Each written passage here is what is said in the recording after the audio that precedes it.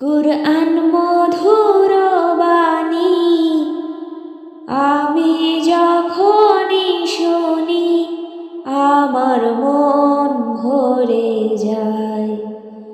শোনো মুমিন মুসলমান, পড়ে দেখো না কুরআন, কত শান্তি পাওয়া যায়। কুরআন মধুর বাণী, প্রতিটি হরফে দশ দশ নেকি আছে, আমলে জমা হয়।